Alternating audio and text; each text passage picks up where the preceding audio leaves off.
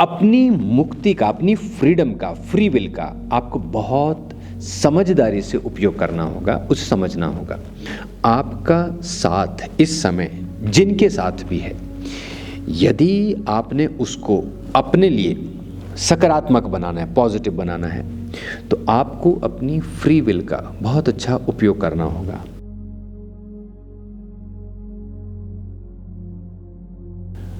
प्रणाम। आपके लिए और आपके सभी प्रियों के लिए बहुत प्रार्थना है।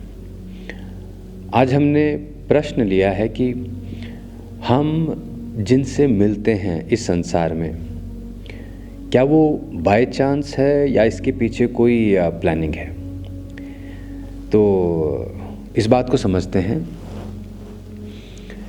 इस पृथ्वी पर आप जैसी भी स्थिति में हैं, जो भी काम आप कर रहे हैं, जिस भी व्यक्ति से आप मिलेंगे, आप उसके साथ कोई संबंध रखें या वो संबंध से बाहर हो जाए, इस सब के पीछे प्लानिंग हो रही होती है। ऐसा कुछ भी यहाँ पर नहीं होगा जिसे आप कहें कि ये तो बाय चांस हो गया या एक्सीडेंटली हो गया। ऐसा इस पृथ्वी पर कभी नहीं होगा। हम एक्सेप्शन ज़रूर रखेंगे। वो एक्सेप्शन भी जब ब्रह्मांड की इच्छा है, इन बड़ी शक्तियों की इच्छा है कि कुछ चीज़ें ऐसी करनी हैं जिसके पीछे कोई प्लानिंग ना हो। लेकिन वैज्ञानिक दृष्टिकोण से अगर हम समझें या सोचें इस बात को, तो पृथ्वी पर एक पत्ता, एक कण वो अपनी जगह से हिलेगा नहीं जब तक उसके पीछे वो प्लानिंग बनी ना हो। यदि आज यह तय है कि आपने कुछ करना है, कुछ नहीं करना, तो वैसा ही होगा। आज आपने किसी व्यक्ति से मिलना है, आप उसको जानते नहीं होंगे। हो सकता है यही व्यक्ति कल जाके आपके जीवन का साथी हो जाए, या फिर जो आपका जीवन साथी है कुछ समय बाद वो आपको पूरी तरह भूल जाए। होता कैसे है? अब आप थोड़ा सोचो। जब बारिश होती है तो कितनी बारिश कहाँ पर गिरनी है हमें पता नहीं होता। तो आपका घर है, उसके ऊपर बारिश गिर रही है, आपके पड़ोसी हैं, उनके ऊपर बारिश गिर रही है। ऐसे ही आपकी पूरी जगह जहाँ आप रहते हैं वहाँ बारिश हो रही है। तो आपको इसका आइडिया नहीं होगा कि कौन सी जगह कितना पानी गिरेगा, आपको पता नहीं। लेकिन जिस शक्ति के अंतर्गत ये कार्य हो रहा है, उनको यह भी पता है कि कितनी बूंद कहाँ गिरानी है और कहाँ पर एक बूंद ना गिरे, इसकी भी वो तैयारी करते हैं। तो ये जो घटनाएं घटती हैं, ये थोड़ा ऐसे होती हैं जैसे मानो कोई ऊपरी स्तर से कर रहा हो। जब बच्चे थे तो हर छोटी छोटी बात को लेके एक भय पैदा हो जाता था। आप याद करो अपना बचपन, कि अंधेरे में यदि आप छूट गए तो आप कितना चिल्लाते थे। अपने माँ पिता को बुलाना या अपने साथियों को बुलाना, एक घबराहट में रहना, डर में रहना और डर बना रहना, ऐसी स्थिति हो जाती थी। बुलाया और कोई नहीं आया तो कितना रोना हो जाता था, आप कितना चिल्लाते थे। लेकिन जैसे जैसे व्यक्ति बड़ा होता जाता है, अब वही अंधेरा जो पहले उसे डराता था, जिससे वो घबराता था, अब ऐसा हो गया है कि कई बार वही अंधेरा आपको शांति देता है। आपको ऐसा लगता है कि कोई आपसे बात ना करे, आप इस अंधेरे में चुपचाप बैठे रहें। क्यों ऐसा हुआ? आप जब छोटे थे, बच्चे थे, तो ये अंधेरा आपको डरा रहा था क्योंकि आपको इसकी जानकारी नहीं थी। आपकी अपनी एक समझ थी, किसी ने आपको बता दिया कि अंधेरा होगा तो भूत आएंगे, और इस कारण से आप डरे हुए थे। लेकिन जैसे जैसे आप बड़े हो गए, आपको पता चला कि यहाँ पर जो नकारात्मक व्यक्ति हैं, जो उस प्रकार के व्यक्ति हैं जो आपको नुकसान पहुँचाते हैं, वही भूत हैं, वही ऐसी चीज़ें जिनसे आपको डरना चाहिए। अन्यथा अंधेरा तो आपका साथी हो गया। अंधेरे में अब आप बड़े आराम से सोते हैं। बड़े हुए तो आपको कुछ ज्ञान हुआ और वास्तविकता पता चली। अब ऐसा तो है नहीं कि आप इतने बड़े हो गए कि आपको पूरा ब्रह्मांड पता चल गया, सारी चीज़ें आपको समझ आ गई। जैसा जैसा आप जीवन जी रहे हैं और जिस प्रकार से आप बड़े होते जा रहे हैं, उतना आप इस संसार को समझते चले जा रहे हो।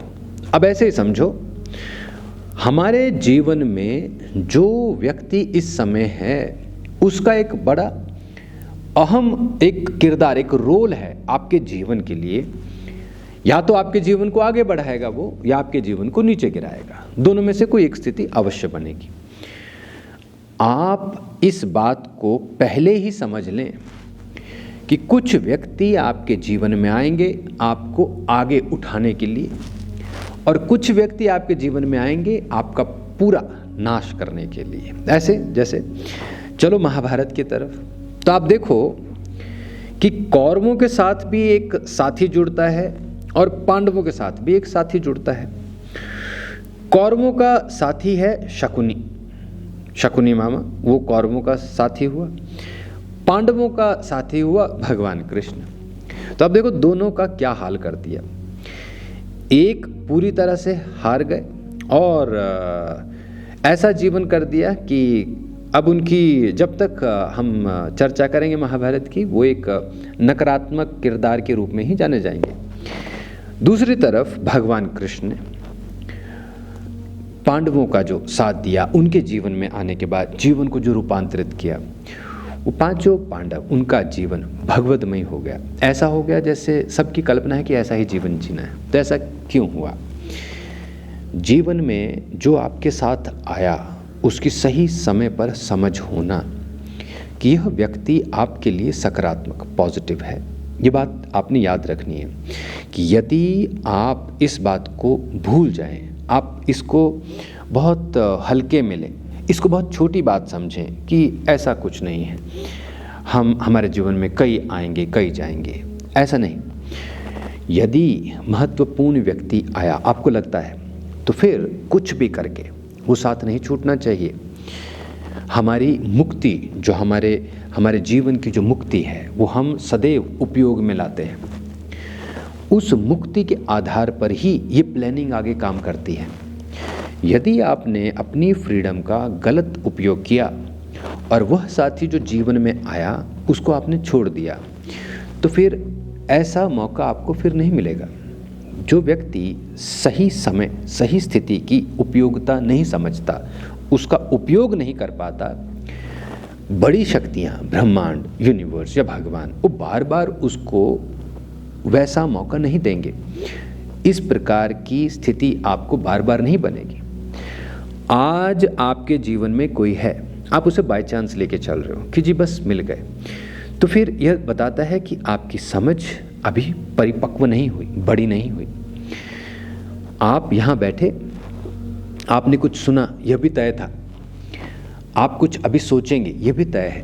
पर फिर से याद रखो कि जो बहुत बहुत आवश्यक जो समझ है वो आपके पास होनी चाहिए कि आपकी फ्रीडम, मुक्ति, वो सबसे बड़ा पार्ट प्ले करती है इस प्लानिंग में, या फिर आपकी समझ को वैसा ही बनाए रखने के लिए कि सब कुछ बाय चांस है। तो अपनी मुक्ति का, अपनी फ्रीडम का, फ्री विल का आपको बहुत समझदारी से उपयोग करना होगा, उसे समझना होगा। उदाहरण लीजिए, जैसे आप यहाँ बैठे हैं, आप यदि सोचें कि मुझे कहीं जाना है और फिर वहीं मन में ऐसा बना लें एक विचार कि नहीं जाऊँगा, तो आपने अपनी फ्री विल का उपयोग किया है। आपने कहीं जाना था लेकिन आपने अब सोचा नहीं जाएंगे। तो यह जो आपने सोचा कि मैं नहीं जाऊँगा, इसके आधार पर प्लानिंग बनती है। इसमें कईयों को ऐसी संशय होती है कि ऐसा सोचते हैं कि यदि मैं सोच रहा हूँ और उसके बाद आगे प्लानिंग होने वाली है, या फिर पहले ही सब कुछ प्लान है और उसके अनुसार मैं सोच रहा हूँ, तो फिर मैं कुछ क्यों बात करूँ, सब कुछ तो अपने आप होने वाला है। इस विषय पे हम भविष्य में विस्तार में चर्चा करेंगे। अभी आप यह समझो कि जो प्लानिंग होनी है या हो रही है या हो चुकी है, वो कोई मनुष्य नहीं कर रहा। हमारे जैसा काम नहीं है, पेपर का काम नहीं है कि जो लिख दिया वैसा ही होगा। आजकल जिस प्रकार से टेक्नोलॉजी आप समझते हैं, आर्टिफिशियल इंटेलिजेंस को, रोबोटिक साइंस को, कि आप कुछ फॉर्मूला प्लेस करते हैं और उसके बेस पे आने वाले साल, 2 साल, 5 साल वो सब प्लान किया जा सकता है। लेकिन ये आर्टिफिशियल इंटेलिजेंस ऐसी है कि जैसा जैसा चेंज आता जाएगा उसी प्रकार आगे प्लान किया हुआ जो काम है वो भी बदलता जाएगा। ऐसे ही समझो कि जो बड़ी शक्तियां हैं, इसका अर्थ है कि बड़ी बुद्धि है, किसी के पास एक विशेष शक्ति है, वो जो आपके लिए प्लान कर रहा है वो इतना डायनामिक होता है कि हर क्षण वो उसी प्रकार रूप बदलता चला जाता है या ऐसा रूप लेता चला जाता है जैसे आप होते जा रहे हैं।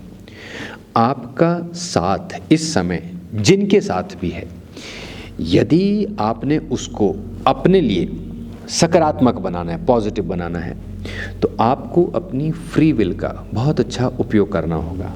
अगर ऐसा नहीं किया तो फिर आप बंधे रह जाएंगे इस बाय चांस फिलॉसफी में, और फिर सब कुछ ऊपर नीचे होता रहेगा और आप जैसा सब करते हैं कि भगवान को बुरा भला कहना और उनके बारे में गलत सोचना, उनके बारे में एक अजीब सी विचारधारा बना लेना, वो सब आपके साथ होगा। जो कुछ भी हो रहा है उसके लिए आप स्वयं सोचते हैं, आप खुद अपनी मुक्त इच्छा का उपयोग करते हैं। इस मुक्त इच्छा का सही उपयोग हो, सदुपयोग हो, इसे ही आध्यात्म कहा जाता है। तो जो भी आपके जीवन में है, मान के चलो वो पूरी प्लानिंग के साथ है, वो प्लानिंग फेवरेबल हो इसके लिए आप विचार करो। व्यक्ति की पहचान सही समय पर करो। आप ऐसे मत खो जाओ कि सब कुछ प्लान है तो रहने दो। पहचान करो, फ्री विल का उपयोग करो, अपनी मुक्त इच्छा का उपयोग करो और सही निर्णय लो, डिसीजन लो। पानी रखा आपके आगे और आपको दिख रहा है कि पानी गंदा है, उसमें कुछ आ गया है, कुछ डला हुआ है। मुक्त इच्छा का उपयोग करो, आप मना करो कि ये नहीं चाहिए, मुझे दूसरा साफ पानी दीजिए। अगर आप ये कहें कि नहीं ये तो भगवान की इच्छा है, ये तो मेरे साथ प्लान है, मुझे यही करना है, तो फिर आप फंस जाएंगे। तो फिर ये जो माया है, अज्ञानता है, इसमें आप फंस जाएंगे। आपको इससे बचना चाहिए। ठीक है, आज के लिए इतना ही। आपके और प्रश्नों के साथ और अभ्यास के साथ फिर मिलेंगे।